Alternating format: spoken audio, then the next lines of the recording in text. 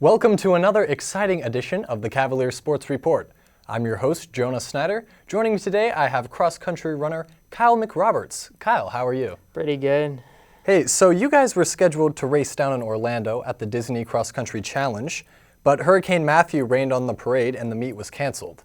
You ended up racing in the Haskell Invitational in Lawrence. You took second, had your best time of the season, and the team took first overall.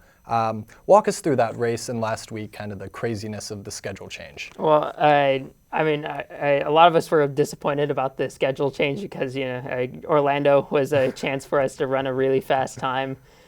And, Hurricanes just, it's just kind of something that, happens out of the blue. I don't think this school's ever had a meet stopped by a hurricane before, but I don't know. I think everybody got over it after about 2 or 3 days, and we just kind of went on with it. We're like, oh, we still got an AK to run. We got to just stay focused and do well at this. Do well at this one. The last few races we didn't really do that well at, but this one we actually did really well. Took first, so. After we took first, I think everybody forgot about the Disney thing. I didn't really hear much of it talked about anymore. Yeah, so you were actually named KJCC Male Runner of the Week for your performance in that race. How do you look to build on that award as the season continues? Well, I try to get it more times, I guess, and then I just try to break that, and I just try to break my PR of 26:59 or something, 26:59 or something like that. Just try and go down lower, even break 26s and 25s. Yeah. Quick look at some of the upcoming races. You're at home for the Fall Short Course Classic on October 21st. What kind of advantages do you have as a team racing on your home course? Well, we run on our home course a lot. Practically every recovery day, practically every recovery day. After running it for that long, you just kind of develop muscle memory for it. You remember where everything's at. You know how to prepare if you're going up along that. It's this long stretch of hill that's kind of gradual, and that usually kills people off at the second time around on it. And you just kind of remember that, and you're like, okay, I can't kill myself right before that hill, because on the hill I got to kill myself, and then there'll be a downhill after that, and I can have time to recover. Yeah, so after the short course, you've got the Region 6 Championship down in Hutch, Kansas, which is an 8K. Now, do you like the 8Ks or the shorter 5Ks more? I like anything that's way longer distance, so 8K is probably my preference over it. I like 5K too, but 8K and anything higher than that, I'd like it. Yeah, and then the next race after that is the NJCAA Half Marathon down in Alabama. It's still a month away, but do you look forward to a big, long race like that?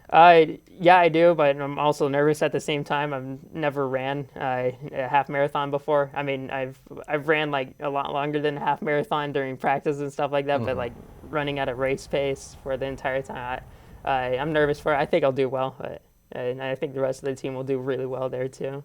Yeah, so talk us through a typical training session for your team. I'm sure you guys do a bit of running, but what else do you do to stay in shape? We go in the weight room sometime and just lift weights to just work out the other parts of our body, because you can't just have leg strength. You got to have core strength and stuff like that to run long distances. And you don't have to get swole or anything like that. You're not trying to. I wish I could, but I'm not. Not trying to go out there and depress the ladies. No. But other times, our hard workouts and stuff like that, usually on I think Mondays and Wednesdays now, I think. We do 1,000-meter repeats. We'll do other repeats that are you go 200 meters, 400 meters, 800 meters, 1,200s, and then a 1,600 and another 1,600, and then you just go back down in descending order after that. And then yesterday we just did 2,400 meter repeats, and you just decrease the amount of time it takes you to finish one after every after every 400 meter. So that's pretty much what we do. Yeah, so along with all the working out and stuff, nutrition-wise, what's your diet like as a college cross-country runner? Compared to other cross-country runners, mine's kind of garbage. So I'm it's not like complete. I mean, like to a normal person not running cross-country, I'm a bit more like cautious on what I eat, but I mean, I'm not as cautious as some of the people are. Like I'll drink soda occasionally, like after a race or something like that. Not very much, but during race week or anything like that, I'll eat like high amounts of protein, and specifically like from white meat and stuff. I don't eat a lot of beef. I also carb load like 2 days before, and like with pasta or bread and stuff like that. Yeah, that's pretty much my diet. So you guys have multiple family ties on the team, the Moema brothers, and then you have a brother, Brendan. What's the competition like with your brother and the other brothers on the team? With the other brothers, Cyrus and Crispus, they're really competitive with us. Like they always finish like right around like maybe like one. Sometimes they'll finish in, like next to me, and stuff. They'll be like 1 or 2 seconds behind, so it's not that big of a difference. They're pretty competitive, which is always nice. I mean, I don't really see them as like competition to me. I more see them as like if they're up with me, it's like really helpful as the collective whole, because like it's like, oh, I've got other guys here, your so teammates. I should just like stay up there with them. With my brother, he just recently came off of an injury.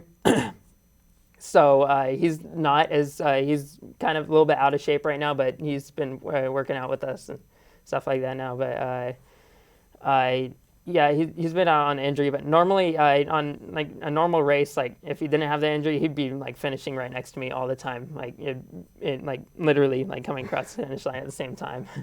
So you guys are from the sunny state of California. Yeah. Graduated from Quartz Hill High School in Lancaster, home of the Rebels. How'd you end up in Johnson County, of all places? I signed up for one of those websites called Captain EDU, and I found Johnson County on there. And I was looking for a college that like runs year round, like cross country and track. And I saw they do indoor track too, and that was that was appealing to me. I got like a bunch of other offers from colleges. Like I was about to go to Spartanburg, South Carolina, but and after I saw Johnson County, I was kind of like, oh, they've got it. It seems like they got a better program and they're more well funded and stuff like that. So I was just like, I'll just go to Kansas for 2 years, and then I'll because I originally I wanted to move over to the East Coast, and that's why I was looking for colleges out there. But I was like, I'll just go out for 2 years because I care about my running career. Stop midway in America. Yeah, and then go the rest of the way. I continue on a 4 year afterwards. So you're from LA County. Yeah. KC or LA? Which one? I like Kansas City better. LA is it kind of gets dull. Like everybody like overhypes it, and like they're like, oh, Hollywood, and how many actors have you met and stuff like that. I mean I met some like famous people, but it's all that stuff like Hollywood and Venice Beach and all that stuff is just kind of, I don't know, after living there for like 18 years, it's just a little bit dull, and I wanted to go somewhere new. And Kansas City, it's like a lot cleaner city, not as much trash and stuff, and crime rate's lower, and it's economy's better out here. All right, Kyle, last question. You said before we started the interview that you don't wear headphones when you run, but if you did, what's on that playlist? Rolling Stones, Creedence Clearwater Revival, some David Bowie, also some Queen, and yeah, pretty much I'll listen to anything from like the 70s, 60s, or even 80s. Do you have any go-to song before a race to get you pumped up? Probably. Let me think. I don't really know. Like I like listening to "Paint It Black" by Rolling Stones, or what else? "Don't Stop Me Now" by Queen.